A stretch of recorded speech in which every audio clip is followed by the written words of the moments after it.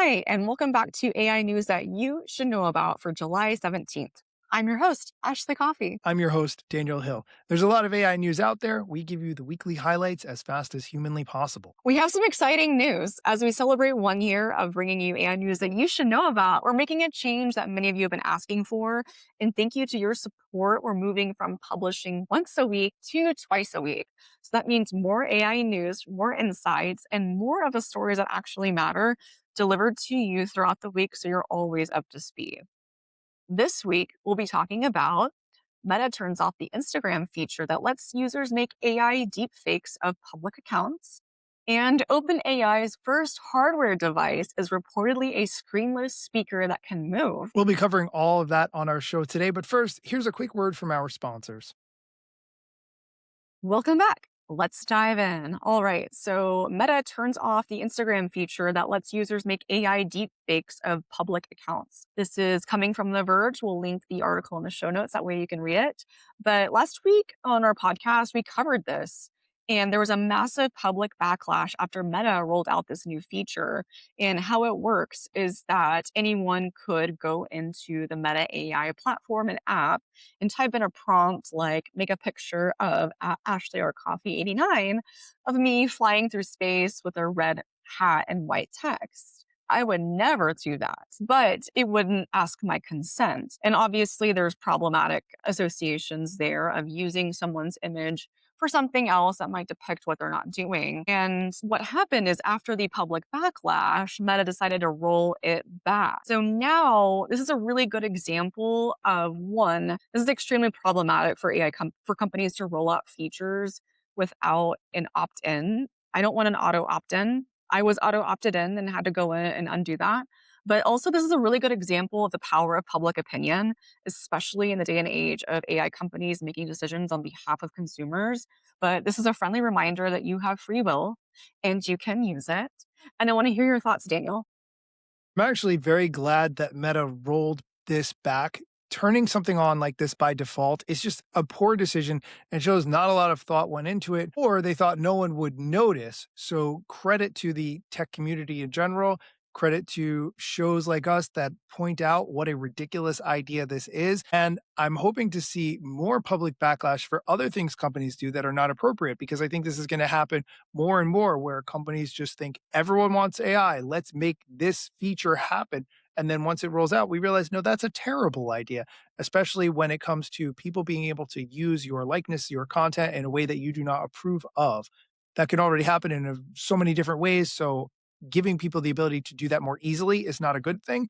Glad to see that Meta rolled this back. Yes. And one last thing on that is that I'm noticing when I go through threads and Instagram and Facebook, a lot of people have this assumption that you can just sue someone whenever they use your face or your image or your likeness. Friendly reminder that Denmark is the only country that has legal protections for its citizens. So their citizens own their face, their name, their image, and likeness.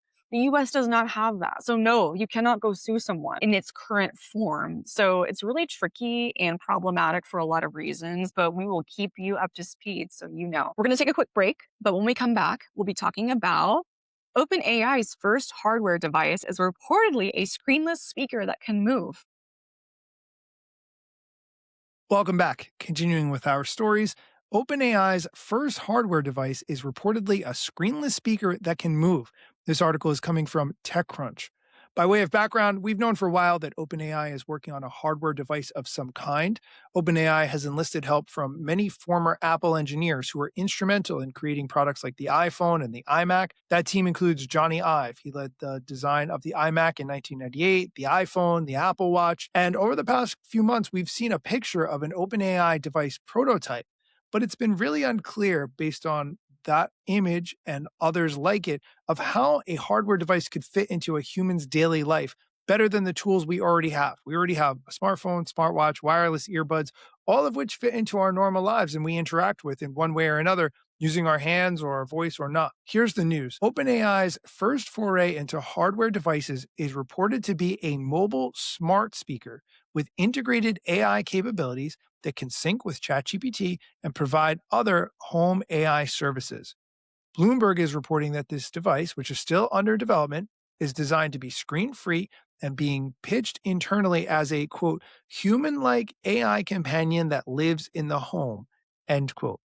Now, this device is supposed to be different from traditional smart speakers like we've seen from Amazon and Google. Sources describe this device as having a personality and being able to proactively learn about its owner over time, providing a more personalized service. It would also have access to a user's digital life, drawing off things like emails. Now, here's the part that I think is a little bit different and not really a selling point for me personally. We'll get into it.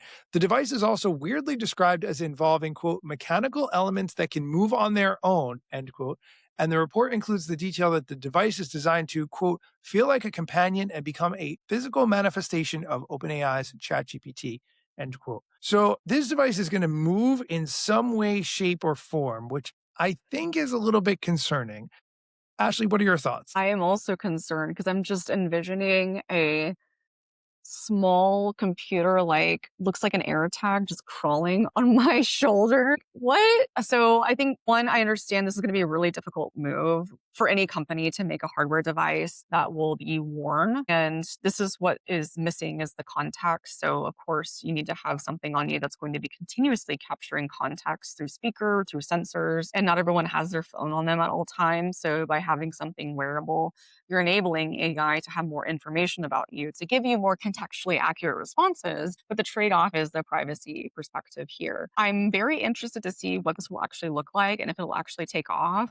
But I think the bigger problem here is just the trust. We already have a public trust problem, and trying to put out a new product that's going to be worn by someone 24/7 is problematic. One thing I like is your mental image of what this could be is completely different from mine. So you described a small device with little legs that can walk around. I was thinking about something more akin to the Amazon, and I think it's called the robot, where it was on the floor on wheels and it had sort of a long pole with camera and it would roll around. That was more in my mind what I envisioned. But I think to a certain extent, smart speakers being in every room is a better solution than a device that can follow you around or is movable. That's my opinion. I think Jony Ive is capable of creating incredible products. So what this end product looks like still remains to be seen. Obviously, I have a lot of hope that this will be something exciting and dynamic and creative and completely unique. But I do think smart speakers in every room addresses that mobility to a certain level a lot more easily. Agreed. Agreed. We'll see what happens with the smart speaker movement. I'm really curious to see how that takes off throughout the rest of 2026. That is it for our AI news that you should know about this week. If you want to read the sources that we've referenced in today's episode, you can find links to everything we've talked about in the show notes. And please send us direct messages on social media. We'd love to hear what you think of the show. You can find me at Daniel Hill Media on Instagram, Threads, and YouTube. And if you want more tech talk, you can find me on Instagram at AshleyRCoffee89, where you can sign up for the latest AI updates newsletter at the link in my bio. Thank you for listening and come back next time for more AI news you should know about.